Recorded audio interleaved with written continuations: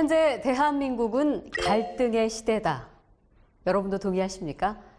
이념과 계층, 세대 간의 갈등까지 우리 사회가 점점 양극화되고 있다는 것은 부정할 수 없는 현실인데요. 한국경제연구원의 조사에 따르면 우리나라의 사회적 갈등 지수는 세계 3위라고 합니다. 삼성경제연구소에 따르면 사회적 갈등을 해결하기 위해 필요한 비용도 무려 246조 원에 달한다고 하죠. 한국 내 사회적 갈등의 심각성을 보여주는 지표라고 할 수 있습니다. 이렇게 갈등이 점점 심화되는 이유, 바로 소통의 부재입니다. 기업과 노동자, 청장년층과 노년층, 특히 정치적 이념의 양극화로 인한 사회적 갈등의 문제가 가장 심각한데요. 정당과 정당의 의견 차이가 발생했을 때 토론과 토의를 통해 민주적으로 해결하는 것이 바람직하지만 제대로 이루어지지 못하고 있습니다. 날이 갈수록 정당 간의 다툼이 심화되고 그에 따른 국민의 갈등도 심화되는 지금, 이를 해결하기 위해 꼭 필요한 것이 원활한 의사소통 능력입니다. 그리고 이것이 이루어지기 위해서는 사회적 문제를 민주적으로 해결할 수 있는 역량을 키우는 민주시민교육이 이루어져야 하는데요. 최근에 그 중요성을 더해가는 민주시민교육 내용 중 하나로는 미디어 리터러시가 있습니다. 미디어 리터러시, 매체를 의미하는 미디어와 또 읽고 쓸 수 있는 능력을 의미하는 리터러시를 합성해서 만든 말로 미디어를 읽고 활용할 수 있는 능력을 말합니다. 여기에는 이 미디어를 활용하고 사용할 수 있는 접근 능력, 그리고 미디어가 전달하는 내용의 의미를 파악하고 자신의 의견을 결정하는 비판적 분석 능력, 자신의 생각을 표현하기 위해 미디어 콘텐츠를 만드는 활용 생산 능력, 자신이 만든 미디어 콘텐츠를 여러 사람과 공유하면서 사회 변화를 만들어가는 참여 행동 능력까지 포함합니다.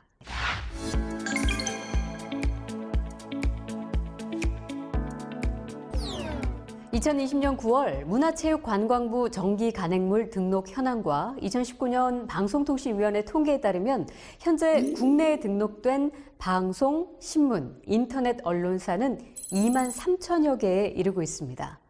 또 여기에 소셜미디어, 유튜브 등 개인 미디어 제작자까지 증가하면서 그야말로 미디어 전성시대가 열렸습니다. 자, 문제는 이로 인한 부작용도 적지 않다는 것입니다. 먼저 정보 제공의 핵심 역할을 맡는 언론의 신뢰도가 떨어지고 있습니다. 한국언론진흥재단과 로이터 저널리즘 연구소가 40개국의 국가별 뉴스 신뢰도를 조사한 결과 우리나라의 뉴스 신뢰도는 21%, 40개국 평균인 38%에 크게 못 미치며 최하위권을 기록했습니다. 왜 이런 현상이 나타났을까요? 우선 정보의 출처가 명확하지 않거나 사실 확인을 제대로 하지 않는 보도, 또 정치적 이해관계에 따른 객관적이지 못한 보도가 많아지고 있는 점을 들 수 있습니다. 언론의 수가 많아지면서 언론인들의 전문성과 책임감도 낮아지고 있습니다. 뉴스 이용자의 이목을 좀 끌기 위해서 자극적인 기사나 조회수를 높이기 위한 어뷰징 기사가 난무하게 되는 상황에서 한국의 언론 신뢰도는 점점 저하되고 있습니다. 미디어 시대의 그늘이라고도 할 수 있죠. 한편 미디어를 이용하는 방식도 달라졌습니다. 스마트폰의 발달로 미디어 이용의 개인화가 이뤄지고 짧은 뉴스를 선호하고 또 좋아하는 뉴스만 보다 보니 단편적인 정보만 습득하게 되고 전체적인 맥락은 파악하지 못하게 되는 거죠. 뿐만 아니라 읽은 뉴스에 대해 공감이나 공유, 댓글 달기 등 적극적인 방식으로 미디어를 이용하면서 미디어 수용자와 생산자의 구별은 사라지고 있습니다. 정보의 전달 방법도 문자 중심에서 영상 중심으로 변화되면서 텍스트가 아닌 이미지 중심으로 정보를 받아들이게 되고 같은 기사를 보면서도 알게 되는 정보의 격차가 점점 커지고 있죠. 자, 이러한 상황 속에서 가장 우려되는 것이 바로 인포데믹입니다. 인포데믹, 정보를 뜻하는 인포메이션과 전염병을 뜻하는 팬데믹이 합쳐진 단어로 미디어를 통해 잘못된 정보가 전염병처럼 퍼지는 것을 말합니다. 정보량이 증가하면서 언론사의 정보에 대한 검증이 부실해지고 사실 확인이 안 된 정보나 주관적 정보도 무분별하게 전달되기 시작하는데요. 이것이 다양한 소셜미디어를 통해 끊임없이 공유가 되면서 걷잡을 수 없는 인포데믹이 일어나게 되는 것입니다. 인포데믹은 심각한 사회적 문제로 떠오르고 있습니다. 독일에서는 메르켈 총리가 히틀러의 딸이라는 가짜 뉴스가 퍼지면서 법무장관이 나서 최대 징역 5년형까지 가능한 범죄라고 경고했을 정도입니다. 언론이 신뢰성을 잃고 개인의 미디어 이용 방식이 변화하고 또 허위 정보가 범람하는 상황 속에서 우리 사회의 합리적 의사소통은 위협받고 있습니다. 그리고 이는 합리적 의사소통이 가장 중요한 민주주의의 크나큰 위기로 다가오게 됩니다. 현재 우리는 매우 다양한 미디어와 또 수많은 정보를 접하는 환경에 놓여 있습니다. 이런 환경에서 이용자는 보다 더 합리적이고 또 다양하게 미디어를 이용할 수 있어야 되고요. 또 수많은 정보 중에서 정확한 정보를 찾고 활용할 수 있는 능력이 필요합니다. 이러한 이유로 더욱더 미디어 리터러시 교육이 중요시 여겨질 수밖에 없습니다. 그렇다면 선거 그리고 민주주의와 관련하여 우리는 어떻게 미디어 리터러시를 배우고 길러야 하는지 앞으로 함께 알아보도록 하겠습니다.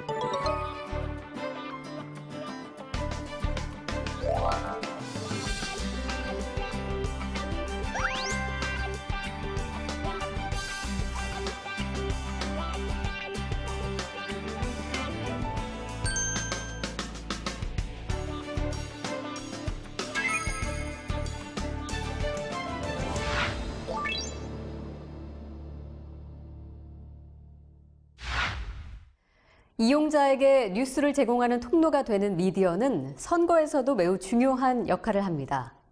유권자에게 선거 정보를 전달하고 사회의 선거 이슈를 제공하며 선거의 부정을 감시하기도 하고 후보자들이 선거 운동을 할 수 있는 도구가 되기도 하죠. 후보자들은 자신의 선거를 위해 신문, 방송, 인터넷 등의 미디어를 이용하여 선거 운동을 진행할 수 있는데요. 신문을 이용한 미디어 선거 운동에는 정당이나 후보자의 지면 광고가 있습니다. 또 방송을 통해 할 수 있는 미디어 선거 운동에는 방송 광고, 방송 연설, 경력 방송과 선관위 선거방송토론위원회와 방송사에서 주최하는 후보자 초청 대담 토론회가 있고 또 인터넷 홈페이지나 SNS 등에 글이나 동영상을 올리거나 문자나 전자우편을 전송하는 인터넷 등 정보통신망을 이용한 선거 운동이 있습니다. 또한 포털이나 인터넷 언론사의 홈페이지에 후보자나 정당의 광고를 게시하는 인터넷 광고도 가능하죠. 과거에 비해 후보자들이 유권자에게 다가갈 수 있는 미디어가 더욱 다양해진 것입니다. 한편 중앙선관위의 선거별 유권자 인식조사에 따르면 유권자들의 미디어 의존도는 갈수록 높아지고 있습니다. 특히 제21대 국선에서는 유권자의 84%가 이 미디어를 통해 유용한 정보를 얻었다라고 합니다. 이 중에 43%는 포털, 홈페이지 등 인터넷을 통해 정보를 얻었고 31%는 TV, 그리고 SNS를 활용한 유권자도 9%에 달했습니다. 하지만 제21대 국회의원 선거 유권자 의식 조사 결과 국민 3명 중 1명은 선거가 공명하지 못했다고 대답했습니다. 그 이유로는 언론기관의 불공정한 보도가 1위였죠. 선거 보도에 있어서 정책 공약보다 스포츠 경기처럼 누가 이기고 지는지에만 관심을 가지는 경마식 보도나 이념 검증, 또 색깔 검증에 치우친 보도, 사적 추문에 초점을 맞춘 인신 공격 등이 넘쳐나게 되는 부정적 선거 보도는 사실 이전부터 문제가 되어 왔습니다. 이러한 선거 보도에 지친 국민들은 냉소주의에 빠지기 쉽고 점점 정치에 무관심해지게 됩니다. 결국 부정적인 선거 보도는 국민의 선거 참여를 저해하는 민주주의의 위협 요소로 작용하게 됩니다.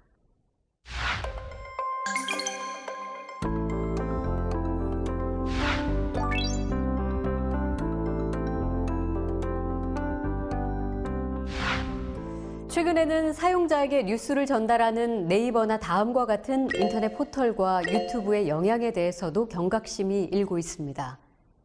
먼저 포털에 대해 알아볼까요? 한국언론진흥재단의 조사 결과 우리나라는 포털로 뉴스를 이용하는 비율이 OECD 38개국 중 가장 높은 것으로 나타났습니다. 무려 76%에 달하죠. 자, 문제가 되는 것은 포털의 뉴스가 여론 형성에 아주 큰 영향을 끼친다는 것입니다.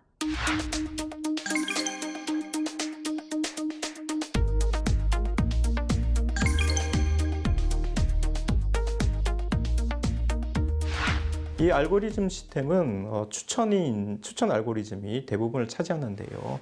클릭수라든지 열독률, 그리고 이제 뉴스 선호도 등을 분석해서 자동으로 그 각 이용자마다 다르게 이제 배열을 해주는 것이죠.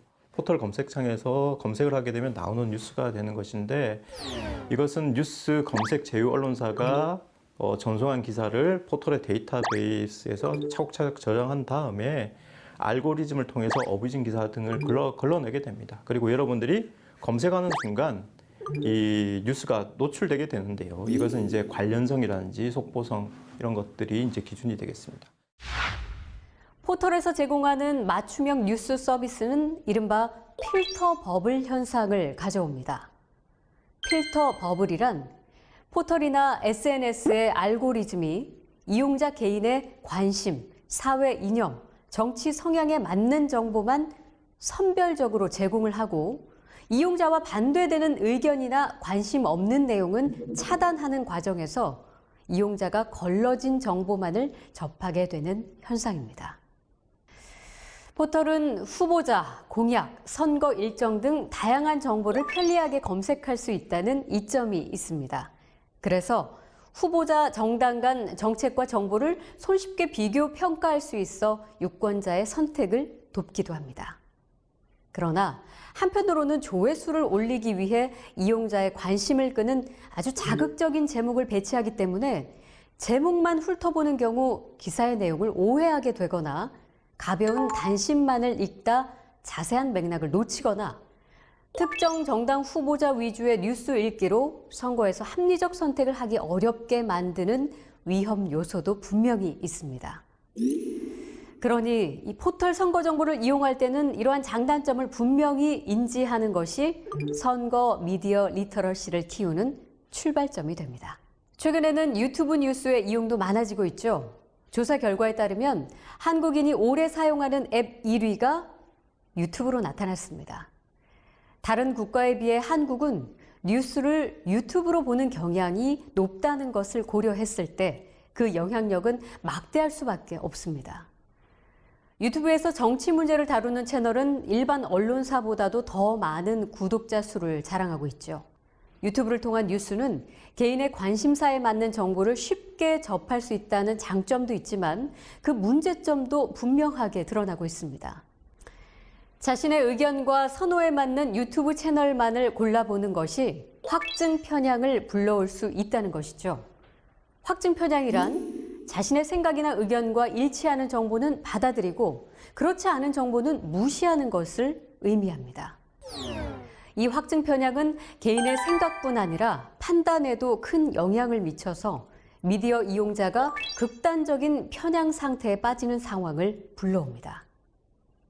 이렇게 편향적인 뉴스 이용은 확증 편향을 가중시켜서 사회 양극화를 초래할 가능성이 높은데요. 한국언론진흥재단에 의하면 한국에서는 나와 같은 관점의 뉴스에 대한 선호가 44%에 달하는 반면 나와 반대되는 관점의 뉴스에 대한 선호는 4%로 다른 나라와 비교해 봤을 때 그 차이가 매우 큽니다. 특히 특정 정치 성향이 강할수록 나와 같은 관점의 뉴스를 더 많이 선호합니다. 이는 결국 우리 사회의 건전한 소통과 정치 참여를 막는 장애물이 될 수밖에 없습니다. 그래서 우리에겐 뉴스를 폭넓게 이용하고 주체적으로 판단하는 미디어 리터러시가 꼭 필요하죠.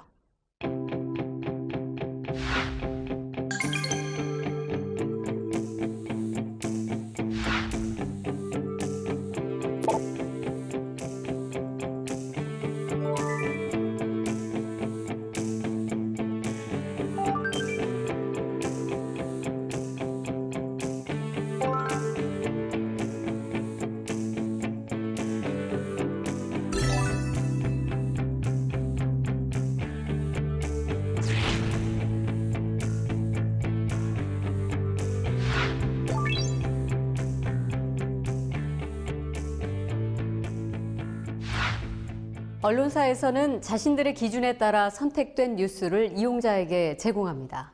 여기에는 언론사의 소유주, 광고주, 이용자 등 다양한 요소가 영향을 끼치는데요. 이러한 기준에 따라 뉴스를 선택하고 배치하고 그 제목을 편집하던 이 모든 과정을 우리는 게이트키핑이라고 합니다.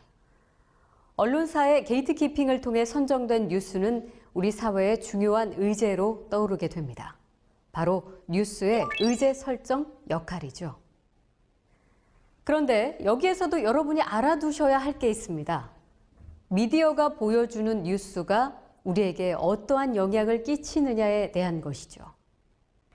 틀짓기 또는 프레이밍이라는 말을 들어보셨나요?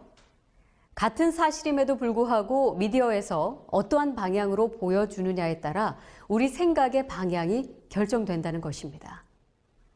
그렇기에 우리는 미디어를 두고 이렇게 이야기하죠.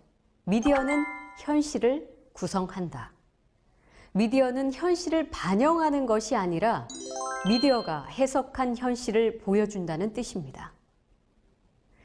똑같은 사실이라 하더라도 미디어가 어떤 쪽을 강조해서 보여주느냐에 따라 우리가 사실에 대해 이해하는 내용은 달라집니다.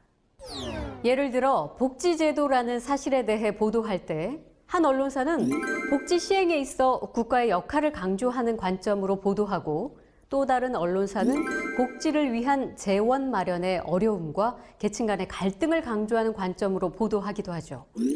이렇게 같은 사실이라도 어떻게 보도하느냐에 따라 우리는 다른 의견을 가질 수 있습니다.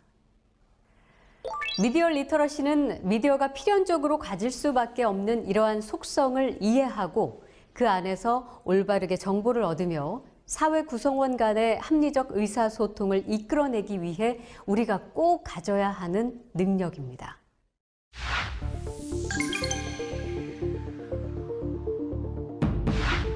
We're entering an era in which our enemies can make it look like anyone is saying anything at any point in time, even if they would never say those things. This is a dangerous time.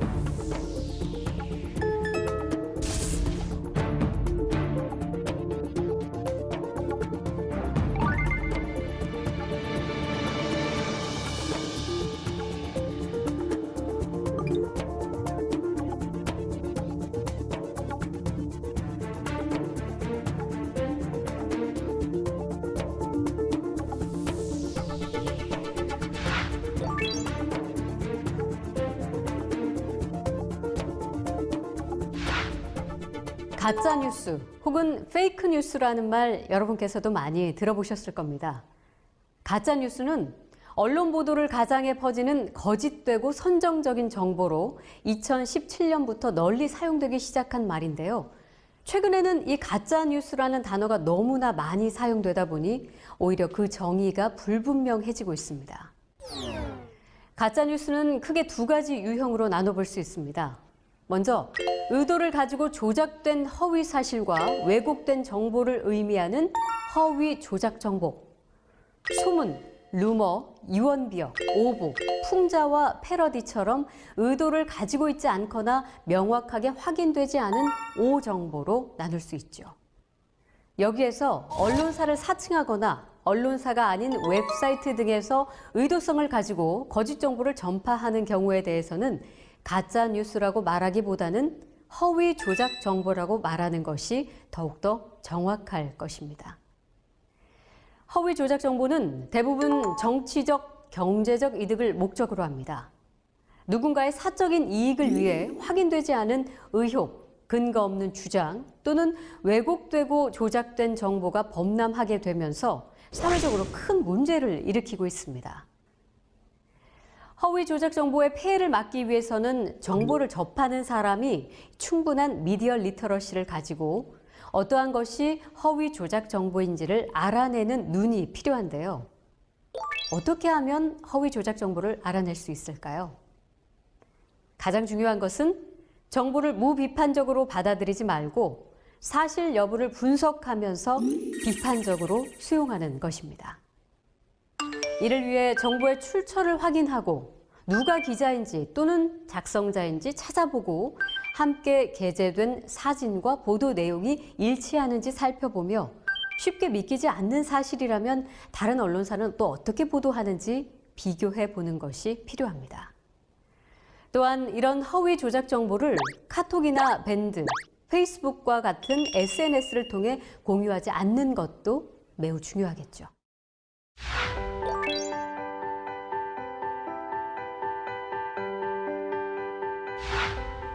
많은 정당과 당원 그리고 후보자들이 이 허위 조작 정보로 인해 고민이 많을 것입니다. 후보자와 관련된 허위 보도나 왜곡된 선거 보도가 이루어지는 것은 사실 어제 오늘의 일이 아닙니다. 탈당하지 않은 후보자를 탈당했다고 보도한 허위 보도, 또 제보만 듣고 사실 확인도 하지 않은 채 후보자가 뇌물을 수수했다고 보도한 왜곡 보도 등으로 실제 피해자들이 발생하고 있죠. 그렇다면 이러한 허위 조작 정보에 어떻게 대처해야 할까요? 선관위에서는 선거 관련 콘텐츠를 2분할 체제로 관리하고 있습니다. 먼저 선거 보도는 신문, 방송, 인터넷 등 매체별로 선거보도심의위원회에서 심의를 통해 조치하고 있습니다. 그리고 선거 보도를 제외한 모든 허위 조작 정보는 사이버 선거범죄 대응센터나 시도 선관위에서 처리합니다. 선거보도심의위원회는 언론사가 보도한 선거보도의 공정성을 심의하고 조치합니다. 한편 사이버 선거범죄 대응센터와 시도 선관위는 개인이나 단체, 심지어 언론사라도 허위 사실을 유포하거나 선거법을 위반하면 행정조치하거나 고발합니다. 선거관리위원회에서는 이처럼 이원화된 체제로 허위 조작 정보를 제재하고 피해자를 구제하고 있으니 참고하시기 바랍니다.